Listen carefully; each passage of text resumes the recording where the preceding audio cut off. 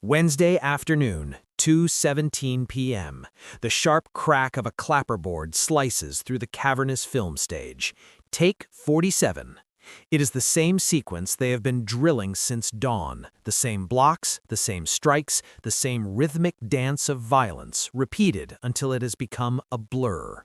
When the director screams cut for the 47th time, the air in the room isn't just hot from the lights, it is heavy with a frustration you can almost taste. Among the 137 people squeezed into this space, the sweating grips, the anxious producers, and the makeup artists waiting with towels, Bruce Lee stands perfectly still. Under the brutal glare of the stage lights that have been cooking the crew for 4 hours, he is a statue of calm. Bruce isn't the reason they're failing. He never is. The anchor dragging this production into the dirt is a stuntman who cannot find his rhythm. He's flinching too soon or reacting too late, his ego clashing with a reality he isn't prepared to handle. History has largely scrubbed his name from the record, but for everyone on that set, what happened over the next 8 seconds became a permanent scar on their memory. By 10 a.m. that morning, the vibe had been optimistic. This was Golden Harvest's big gamble, a film meant to prove that a Chinese lead could dominate the American box office. Bruce knew the stakes. He wasn't just throwing kicks, he was carrying the weight of an entire culture. Every movement had to be a masterclass in cinematic physics. But the stuntman, let's call him David, was a veteran of 23 films, a man built like a brick wall who viewed martial arts through the skeptical lens of Hollywood's smoke and mirrors.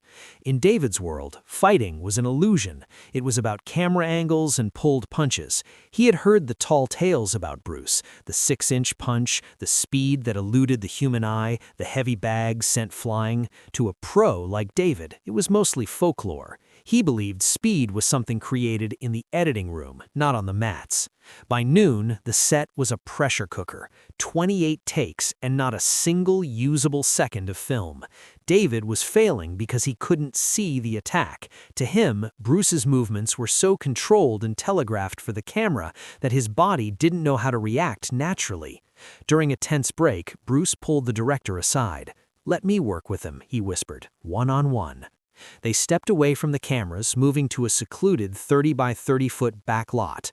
Words spread like wildfire. 17 people, the inner circle of the crew, slipped away to watch. They expected a rehearsal. What they got was a demolition of their understanding of human potential.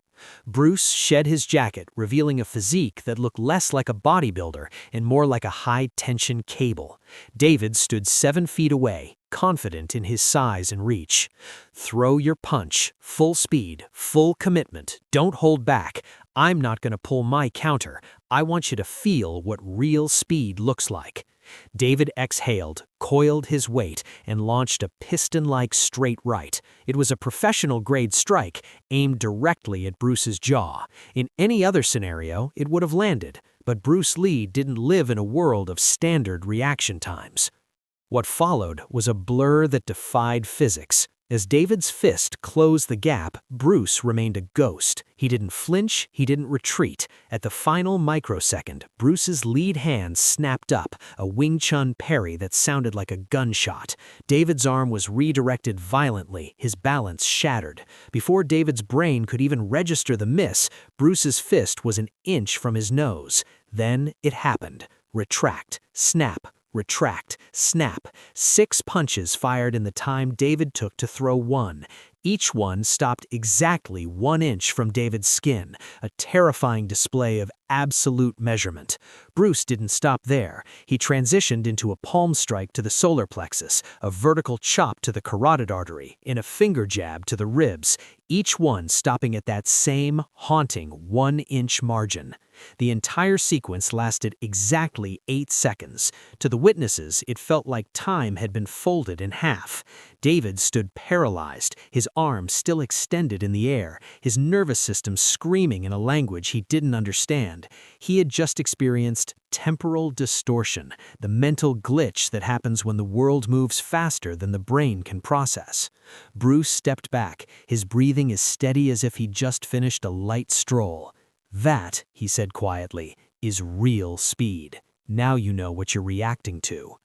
When they returned to stage 4 for take 48, the change was instantaneous. David didn't just act, he moved with the genuine survival instinct of a man who had seen the lightning. They caught the shot in one take. There is no film of those 8 seconds, no secret reel tucked away in a vault.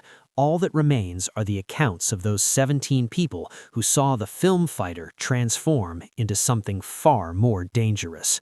It serves as a reminder that while movies are built on illusions, Bruce Lee was the rare exception where the reality was far more incredible than the special effects.